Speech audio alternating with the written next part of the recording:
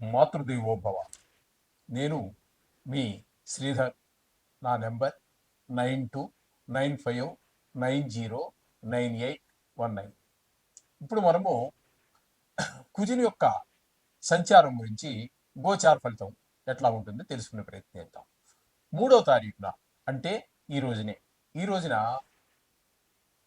మిథున రాశి నుండి కర్కాటక రాశిలోనికి కుజుని యొక్క సంచారం జరుగుతున్నది.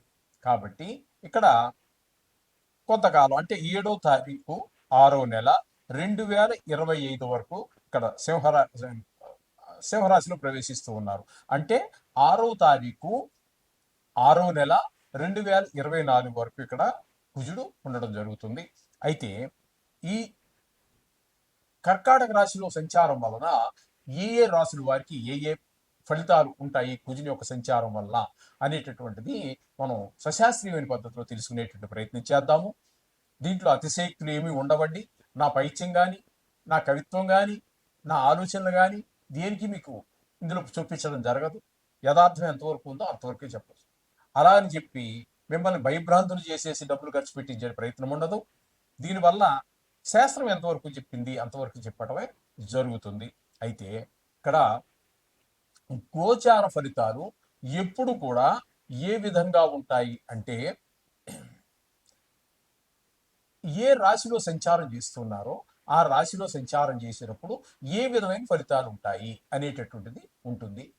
ఈ నెక్స్ట్ చాలా మంది దీన్ని ఉటంకించటం లేదు. మన జ్యోతిష్య మిత్రులు వారికి అందుచేత ఆ విషయాన్ని కూడా మీకు నేను తెలియపరచాలని అనుకుంటున్నాను. అందుచేత ఇక్కడ జన్మ రాశి నుంచి 1, 6, 11 స్థానాల్లో కనుక ఈ యొక్క ఏ గ్రహం అయితే గురించి మనం చెప్పుకుంటున్నామో ఆ గ్రహం సంచారం చేస్తూ, ఇప్పుడు మనం కుజి గ్రహం గురించి మనం చెప్పుకుంటున్నాం. తులారాశి వారికి కుజుని యొక్క కర్కాటక రాశి ప్రవేశం 3వ తారీఖు 4వ నెల 2025 ప్రవేశం జరుగుతున్నది. కాబట్టి ఈ తులారాశి వారికి ఏ విధమైనటువంటి ఫలితాలు ఆయన ఇవ్వబోతున్నారు అనేటటువంటిది సశాస్త్రీయమైన పద్ధతిలో తెలుసుకునేటటువంటి ప్రయత్నం చేద్దాము. ఇక్కడ ఈ తులారాశి వారికి దశమ స్థానంలో కుజుని యొక్క సంచారం జరుగుతోందండి. దశమ స్థానంలో కుజుని యొక్క సంచారం జరుగుతోంది. దశమ స్థానంలో కుజుని యొక్క సంచారం శుభప్రదమైనటువంటి ఫలితములను ఇవ్వజాలదు దశమ స్థానంలో. అయితే ప్రతికూలమైన ఫలితాలే ఉంటాయి. కాబట్టి ఆ ప్రతికూల ఫలితాలు ఏ విధంగా ఉంటాయి, ఏ విషయాల్లో ప్రతికూలత ఉంటుంది అనేది మన శాస్త్రకారులు చెప్పినటువంటి శాస్త్రాన్ని చెప్పుకునే ప్రయత్నం చేద్దాము. ఇందులో నా సొంత పైత్యం కానీ నా సొంత శాస్త్రాలు కానీ చూపించనండి. ఇది కేవలము నా ఛానల్ మీరు ఎప్పుడు చూసినా శాస్త్రం ఎంతవరకు చెప్పిందో అంతవరకు మాత్రమే చెబుతాము. ఇందులో నా పైత్యాలకి వాటికి తావే లేదు. మిమ్మల్ని ఏదో ఊరించటమో లేకపోతే భయపెట్టటమో ఇలాంటి వాటి కోసం ఏ కల్పితాలు అవసరం లేదు. అవన్నీ చెప్తే ఆ శాస్త్రం దెబ్బతింటుందంతే. శాస్త్రానికి దెబ్బ పడకూడదు. నేను తప్పు చెప్పానని చెప్పి శాస్త్రానికి గాయం కాకూడదు. శాస్త్రం బతకాలి. ఇప్పటికి ఎందుకంటే ఏనాడో పుట్టబడినటువంటి శాస్త్రం ఈ రోజుకి సజీవంగా ఉంది అంటే కొంతమంది అయినా సశాస్త్రంగా చెప్పబట్టి, అంతేగాని మన కల్పితాలు ఇవన్నీ చెప్తే శాస్త్రం నాశనం అయిపోతుంది, ప్రజలకు నమ్మకం పోతుంది. ఇది మాత్రం గుర్తుపెట్టుకోండి. అంచేత మనం చెప్పేది ఏంటంటే శాస్త్రాన్ని సశాస్త్రంగా చెప్పుకునే ప్రయత్నం చేద్దాం. శాస్త్రం ఏం చెప్తున్నది అంటే దశమ స్థానంలో కుజుని యొక్క సంచారము ఏ విధమైన ఫలితాలు ఇస్తుందో చెప్తుంది. నిత్యం క్లేశ సదా వ్యాధి తథా భోజన దుర్బలం సదా సంచార ఉద్యోగం దశమస్తే ధరాసుతే. ధరాసుతే అంటే కుజుడు. దశమస్తే దశమ స్థానంలో అంటే 10వ స్థానంలో, మన వాడుక భాషలో చెప్పుకోవాలంటే వృత్తి స్థానంలో అని చెప్పుకోవచ్చు. ఈ 10వ స్థానంలో కుజుని యొక్క సంచారము ఏ విధమైన ఫలితాలు ఇస్తోందంటే నిత్యం క్లేశ, ప్రతిరోజు కూడా విచారాన్నే కలగజేస్తుంది. సదా వ్యాధి, ఈ కాలంలో కర్కాటకంలో దశమ స్థానంలో ఆయన సంచారం చేసే అన్ని రోజులు కూడా నిత్యము ఏదో రోగం. కడుపు నొప్పి తగ్గితే కాలు నొప్పి, కాలు నొప్పి చెప్తే కంటి నొప్పి, కంటి నొప్పి చెప్తే తలనొప్పి, ఏదో ఒక నొప్పి, ఏదో ఒక బాధ కలిగజేస్తూ ఉంటాడు. అలాగే అల్పాహారం, ఉమ్, ఆ, భోజన దుర్బలం అంటే సమయానికి తిండి తినకపోవటము, తిన్న సమయానికి కొన్ని చోట్ల ఎక్కడికో వెళ్ళాము, అక్కడ మన సరి అయిన తిండి దొరకదు, మనం కడుపున్నా తినలేం కదండి, వాడు పెట్టడానికి సిద్ధంగా ఉన్నాం, మనం తినగలగాలి కదా, మన టేస్ట్కి సరిపోతేనే తింటాం, ఏదో ఆకలి చంపుకోవడం కోసం తింటాం, అదే అల్పాహారం అవుతుంది. కొన్ని చోట్ల భోజనం దొరకదు, అక్కడ ఏదో ఏదో బోండా ఉందండి, భోజనం దొరకదండి ఈ ఊర్లో అన్నాడు, ఏం చేస్తాం, ఆ బోండా తిని పడుకుంటాం. ఆ విధంగా మొత్తం మీద ఆ భోజన సౌకర్యం లేకుండా ఉండటము, ఆ విధంగా సంచారం, ఊరికే ఉమ్, అలా తిరుగుతూ ఉంటాం, దానికి ఒక అర్థం పర్థం ఒక ఏం ఉండదు, గమ్యం అనేది లేకుండా ఈ యొక్క ప్రభావం అది ఎవరిది, నువ్వు కావాలని చేసేది కాదు, కుజుడు ఆ స్థానంలో ఉన్నప్పుడు ఆ విధమైన కుజుడే నీ చేత వృధాగా సంచారం చేస్తూ ఉంటారు, దాని యొక్క ప్రభావం వల్ల తిరుగుతూ ఉంటావు నువ్వు. కుజుని యొక్క ప్రభావం దశమ స్థానంలో ఉండడం వల్లే ఒక అర్థం పర్థం లేనటువంటి వృధా తిరుగుడు. ఎందుకు తిరుగుతున్నావురా, ఏదో చెప్తాడు, అది అయ్యేది కాదు, లేదు ఒక్కోసారి ఏమో మర్చిపోయాను అంటాడు, ఎందుకు తిరుగుతున్నావు అంటే అంతే, అది ఆ విధంగా ఉంటుంది. ఈ విధమైన ఫలితాలన్నీ కూడా దశమ స్థానంలో ఉన్నటువంటి కుజ భగవానుడు మనకి ఈ విధమైన ఫలితాలన్నీ ఇస్తున్నాడు. అందుచేత పరిస్థితి బాగలేదు కాబట్టి వీరు కూడా రోజు కుజుడికి సంబంధించినటువంటిది కానీ నవగ్రహ సంబంధమైనటువంటి చేసుకోండి. ఎక్కువగా బాధ అనిపిస్తే మీరు మనం చెప్పుకుంటున్నట్టుగానే కుజునికి సంబంధించినటువంటి ఈ కందిపప్పు కందులతో కలిపి ఎర్ర బట్టలో కలిపి దానం ఇచ్చేసేయండి. దాన సాద్గుణ్యం కోసం ఆ దానం యొక్క ఫలితం మీకు రావాలి అంటే కొంచెం దానం కూడా అంటే దానం కూడా ఇవ్వవలసి ఉంటుంది. ఇచ్చి ఆశీర్వచనం తీసుకోండి, పోతుంది, ఆ బ్రాహ్మణుడికి పోతుంది, ఆయన వదిలించుకుంటాడు. బ్రాహ్మణుడికి ఉన్న గొప్పతనం ఏంటంటే ఇక్కడ మీ యొక్క కష్టాన్ని ఆయన స్వీకరించగలడు, మళ్ళీ ఆయన స్వీకరించి ఆయన వదిలించుకోగలడు. ఆ విధంగా బ్రాహ్మడికి భగవంతుడు ఇచ్చినటువంటి వరం. మరి ఎవరినో ఈ దానం ఎవరికో ఇమ్మని చెప్పట్లేదే, అలా చెప్పరండి, బ్రాహ్మడికే దానం ఇమ్మంటారు. ఎందుకంటే ఈ దానం మీకున్నటువంటి కష్టాలన్నీ ఆయన స్వీకరిస్తాడు. స్వీకరించి ఆయన పడతాడా, పడ్డానికి సిద్ధంగా ఉంటాడా, ఉండడు, ఆయనకి వదిలించుకునే మార్గం ఉంటుంది. కాబట్టి ఆయన రోజు సహస్ర గాయత్రి చేసుకోవటం ఇలాంటివన్నీ ఉంటాయి కాబట్టి ఆ బాధ నుంచి ఆయన విముక్తి పొందగలరు.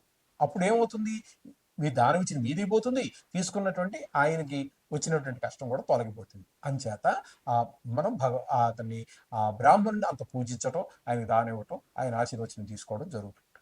శుభం. మీన రాశి వారికి 3వ తారీఖు ఏప్రిల్ నెల 2025 నుండి కర్కాటక రాశిలో కుజుని యొక్క సంచారం జరుగుతున్నది. ఈ కర్కాటక రాశిలో జరిగేటప్పుడు ఈ మీన రాశి వారికి ఏ విధమైనటువంటి ఫలితాలు ఉంటాయి, 5వ స్థానం అవుతున్నది కాబట్టి ఈ 5వ స్థానంలో కుజుని యొక్క సంచారం వలన ఏ విధమైనటువంటి ఫలితములు మనకి ఇవ్వబోతున్నారు అంటే దుష్ట ఫలితాలు ఇవ్వబోతున్నారా, మంచి ఫలితాలు ఇవ్వబోతున్నారా.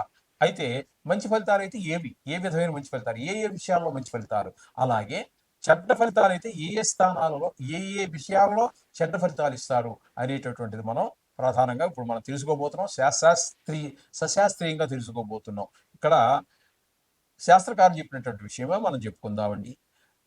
దేహజాడ్యంచ సంతాపః కాలాతిక్రమ భోజనం దురితం కర్మలాభశ్చ భౌమే పంచమ సంస్థితే. భౌమే అంటే కుజుడు పంచమ సంస్థితి, పంచమ భావంలో సంచరించేటప్పుడు వచ్చే ఫలితాలు ఏ విధంగా ఉంటాయంటే దేహజాడ్యం శరీరానికి రోగాలు రావటం, సంతాప విచారం కలగటం, కాలాతిక్రమ భోజనం అకాల భోజనం, ఆకలి వేస్తున్నా సరే వెళ్ళడానికి పని పూర్తయితే కానీ వెళ్ళాలి కుదరదు, బాస్ అక్కడ ఈ పని చేసి వెళ్ళవయ్యా అన్నాడు, ఆ పని చేసి వెళ్ళాలి పోయినానికి 3:30 అవుతుంది సాయంత్రం, అప్పుడు చేయాలి, మరి ఏం చేస్తాం. ఇవన్నీ అదే బాస్ని తిట్టక్కర్లేదని వీళ్ళు గ్రహస్థితిలో మన ఆ విధంగా చేస్తూ ఉంటాయి. ఈ విధంగా కాలాన్ని అతిక్రమించి భోజనం చేయడం, కాలాతిక్రమణ భోజనం అంటే అంత ఇంపార్టెంటా అంటే ఇంపార్టెంటే. భోజనము అనేటటువంటిది మనం 2 సార్లు చేసినా 3 సార్లు అంటే టిఫిన్తో కలిపి 3 సార్లు చేసినా ఒకే కాలంలో సరైన సమయంలో సమయానికి భోజనం రోజు అదే టైంలో తినటం అనేటటువంటిది మహా మహా మహా ఆరోగ్యాన్ని కలిగించేటటువంటి విషయం. దాన్ని ఈ రోజుని ఎవ్వరూ పట్టించుకోవట్లేదు, ఏ డాక్టర్ చెప్పట్లేదు. టైం తినవయ్యా అంటాడు ఎవడో ముసలోడు అయిపోయాక, 60 ఏళ్ళో 70 ఏళ్ళు వచ్చి రిటైర్ అయిపోయాక ఒకే టైం. అప్పుడే పాపం వాడి టైం కూడా అంతకుముందు సంపాదన కోసం ఈ భార్యా బిడ్డల్ని పోషించుకోవడం కోసం ఉదర పోషణార్థం పరిగెత్తాలి. అర్ధరాత్రి లేచి పరిగెత్తాం, చల్లనక పరిగెత్తాం, వాననక పరిగెత్తాం, ఎండనక పరిగెత్తాం, అనేక రకాలు. భోజనం అనేటటువంటిది మొదటి నుంచి కూడా ఒక క్రమ పద్ధతిలో సరియైన సమయంలో అదే సమయాన్ని పాటిస్తూ ఉన్నట్టయితే డాక్టర్తో మీకు పనే లేదు. డాక్టర్తో పని లేదండి. చాలా రోగాలు దూరం అయిపోతాయి. ఒకటే అలా వస్తూ ఉంటాడు, మనిషే పుట్టాక రోగం రాకుండా ఉండదు. కానీ మనకి 300 రోగాలు రావడానికి కారణం అకాల భోజనాలే కారణం. అందుచేత ఈ అకాల భోజనం కూడా మనకి ఈ పంచమ స్థానంలో సంచారం చేసేటప్పుడు జరుగుతూ ఉంటుంది. దురితం పాపకార్యాలన్నీ చేయడానికి, కర్మలాభస్య అంటే పాపకార్యాలు చేయడానికి ఈ చేయటం అనేటటువంటిది కూడా మనం ఈ ఈ విధమైనటువంటి పంచమ స్థానంలో కుజుని యొక్క సంచారం వల్ల జరుగుతూ ఉంటుందని చెప్పేసి స్థానంలో కూడా మనకి కుజుడు శుభ ఫలితమును ఇవ్వటం లేదు. కాబట్టి ఈయన్ని కూడా మనము ప్రతిరోజు స్మరించుకుంటూ ఉండటము 2 నిమిషాల పాటు ఆయన కోసం కేటాయించినట్టయితే దేవతలందరూ కూడా అల్ప సంతోషులండి. ఇప్పుడు మనం చేసేవి వాళ్ళు అడగడం చాలా చేస్తున్నాం. మన నియమ నిష్ట కోసం మనం చేస్తున్నాం. వాళ్ళు అడిగింది ఏంటండి? చాలా సమయాన్ని వాళ్ళు చెప్పినట్టు నడవమన్నారు. ఎక్కువ నువ్వేదో అన్నీ మానేసేసి మొత్తం ఒక లారీ పూలు తెచ్చేసి, ఒక లారీ కొబ్బరికాయలు తెచ్చేసి, లారీ అరటిపళ్ళు తెచ్చి పూజ చేయమని ఎక్కడా మనకేమి అంత ఇది లేదు. భక్తి ప్రధానంగా దేవుని ప్రార్థించండి. మన నడవడిక ధర్మ మార్గంలో ధర్మ అర్థ కామ మోక్ష చతుర్విధ పురుషార్థాలు ధర్మంగా నడవండి. అర్థం అంటే ధనం, ధనం కూడా ధర్మంగా ఈ మొదట ఉన్నటువంటి ధర్మం అనేటటువంటిది ఈ అర్థం సంపాదించినప్పుడు అంటే ధనాన్ని సంపాదించినప్పుడు కూడా అక్రమ మార్గం పని చేయదు. అది విషంతో సమానం. అందుచేత అది కూడా ధర్మంగా సంపాదించు. ధర్మ అర్థ కామం అది కూడా ధర్మంగానే ఉండాలి. నేను దానికోసం పుట్టాను చెప్పి విచ్చలవిడి స్వేచ్ఛ చండాల పనులన్నీ చేసినట్టయితే మహాపాతకాలు చుట్టుకుంటాయి. ప్రస్తుతం అర్జెంటుగా రోగాలు చుట్టుకుంటాయి, తర్వాత మహాపాతకాలు చుట్టుకుంటాయి. అర్ధ కామ మోక్ష, అర్ధ కామ మోక్ష, ధర్మ అర్ధ కామ మోక్షం అనే దానికి మీరు ఏ ప్రయత్నం చేయక్కర్లా.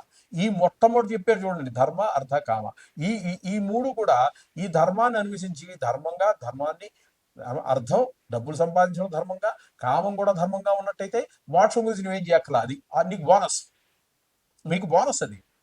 ఈ మూడు కనుక ధర్మంగా చేస్తే మీరు ఈ 4వది మోక్షం అనేటటువంటిది మీకు బోనస్ ఫ్రీగా వచ్చేస్తుంది. ఇది అంచేత గమనించి మన ప్రవర్తనని సరైన దారిలో పెట్టుకోండి.